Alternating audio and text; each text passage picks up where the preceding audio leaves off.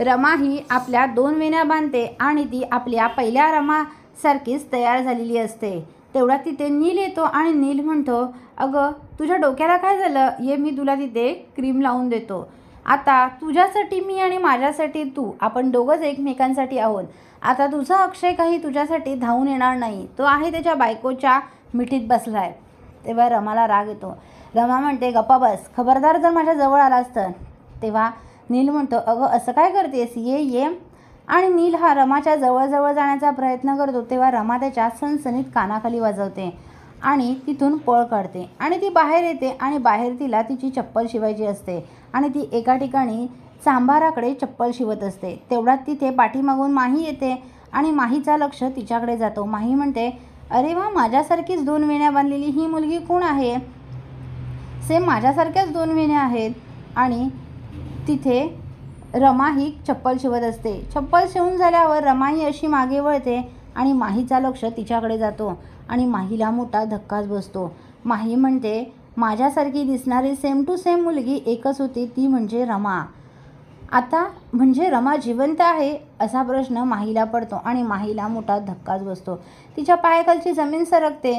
ती म्हणते, जर रमा जिवंत असेल तर अक्षय मला सोडून देणार, अक्षय माझ्याकडे दुर्लक्ष करणार।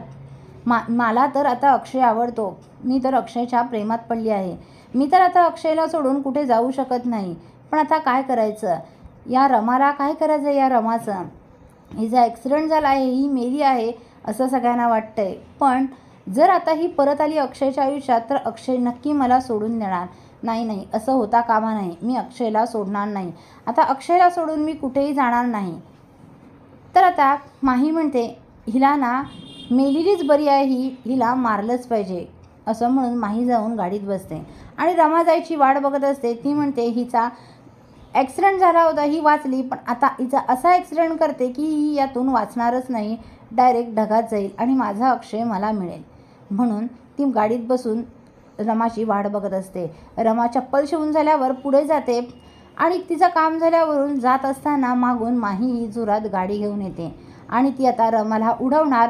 तोच साई धावत येतो, रमाचा हात पकडतो आणि तिला बाजूला खेचतो आणि म्हणतो, श्रद्धा काय करतेस तू हे? अगं बघ ना, आता गाडीने तुला उडवलं असतं, कुठेच बघत चालली आहेस, लक्ष कुठे आहे तुझं? तेव्हा रमा म्हणते, साई तू बरं झालं तू ऐनवेळी येऊन माझा जीव वाचवलास, अरे कसा आहेस तू? आता साई म्हणतो, अगं त्या दिवशी तुला काय झालं होतं? त्या दिवशी मी तुझ्याशी एवढं बोलत होतो, तुला श्रद्धा करत होतो, तर तू मला काय म्हणालीस की मी तुझी श्रद्धा नाही, मी माही आहे आणि तू मला पैसे देत होतीस? तेव्हा रमा म्हणते, नाही रे, मी असं कधी वागले तुझ्याशी आणि आज तर आपण पहिल्यांदा भेटतोय। मग साई म्हणतो, मग त्या दिवशी मला भेटलेली कोण होती सेम टू सेम तुझ्यासारखी दिसणारी? लगेच रमाला आठवतं की अक्षयसोबत जी राहत आहे तीच असणार, तिनेच साईला पैसे दिले असणार। तेव्हा लगेच घडलेला प्रकार रमा ही साईला सांगते की अक्षयसोबत जी राहत आहे ती सेम टू सेम माझ्यासारखी दिसत आहे, तिनेच तुला पैसे दिले असणार। आता साईला सुद्धा धक्का बसतो। साई म्हणतो, म्हणजे तुम्ही दोघी एकमेकींसारख्या दिसता? तेव्हा आता रमा म्हणते, हो। आता साई म्हणतो, मग आता पुढे तू काय करणार आहेस? तू अजून तुझ्या अक्षयकडे सुद्धा गेली नाहीस। तेव्हा रमा म्हणते, आता मी जाणार आहे। तेव्हा आता साई आणि रमा मिळून एक प्लॅन करतात।